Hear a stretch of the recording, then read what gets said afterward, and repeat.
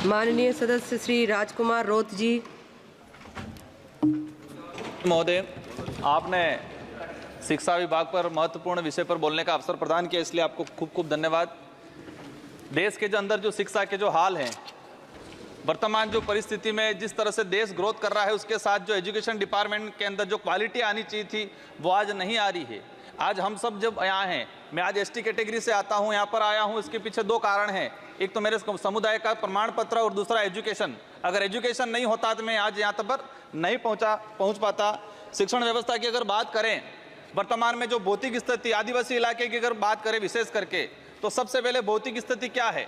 वहाँ पर कमरे नहीं है, बिल्डिंग नहीं है, चार दीवारें नहीं है, शिक्षण व्यवस्था, वहाँ पर अध्यापक नहीं है। हम बड़ी बड़ी बात कर लेते हैं, हम कहते हैं देश ग्रोथ हो रहा है, ये हो रहा है, विकास की ओर जा रहा है, लेकिन मैं आज दावे के साथ कहता हूँ कि देश के आदिवासी इलाके के अंदर जब बारिश होती है तो 70% विद्यालय को खाली कर दिया जाता है, क्योंकि वो बिल्डिंग बैठने के लायक नहीं है। आज देश के ये हालात है। मैं राजस्थान के दक्षिणी इलाके से आता हूँ, संसदीय क्षेत्र बांसवाड़ा से। वहाँ पर 78% आदिवासी बाहुल्य क्षेत्र हैं। वहाँ पर मेरे उस इलाके के अंदर हायर एजुकेशन हो या अपर एजुकेशन हो, उसमें स्थिति ये बनी हुई है कि एक एक कमरे के अंदर, सभापति महोदय, मैं मंत्री महोदय के ध्यान में लाना चाहूँगा कि देश के उस ऐसा कोना भी है जहाँ पर 3-3, 4-4 क्लास के बच्चे एक रूम में बैठते हैं, 6वीं, 7वीं, 8वीं, 9वीं, और हम दावा कर रहे हैं कि देश को गति की ओर, प्रगति की ओर ले जा रहे हैं, अमृत महोत्सव की ओर ले जा रहे हैं।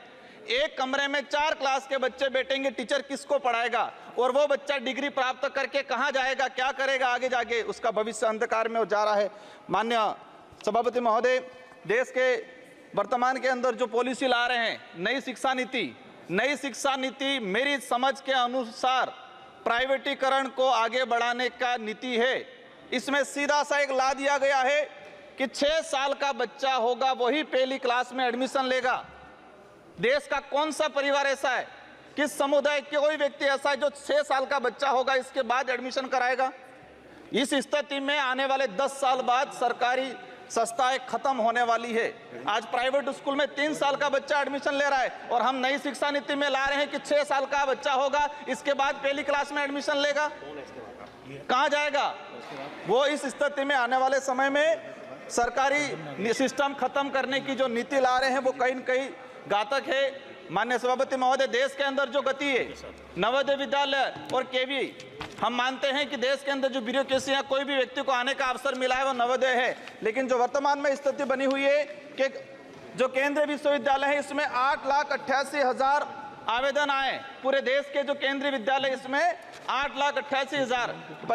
प्रवेश कितनों को मिला है? 75,703 बच्चों को प्रवेश मिला है। इसका मतलब ये क्लियर हो गया कि 8% बच्चों को ही प्रवेश मिल रहा है। माननीय सभापति महोदय, माननीय अध्यक्ष महोदय, मुझे तब स्टार्ट किया मैंने आपके आने से पहले, अभी आने से पहले ही। अध्यक्ष महोदय, बहुत बहुत धन्यवाद। मैं आग्रह करना चाहूंगा अध्यक्ष महोदय, सबसे पहले आपको इसलिए नहीं बोलने दे रहे कि अध्यक्ष महोदय, मैं आपको हृदय से धन्यवाद देना चाहता हूं। सबसे पहले मैं माननीय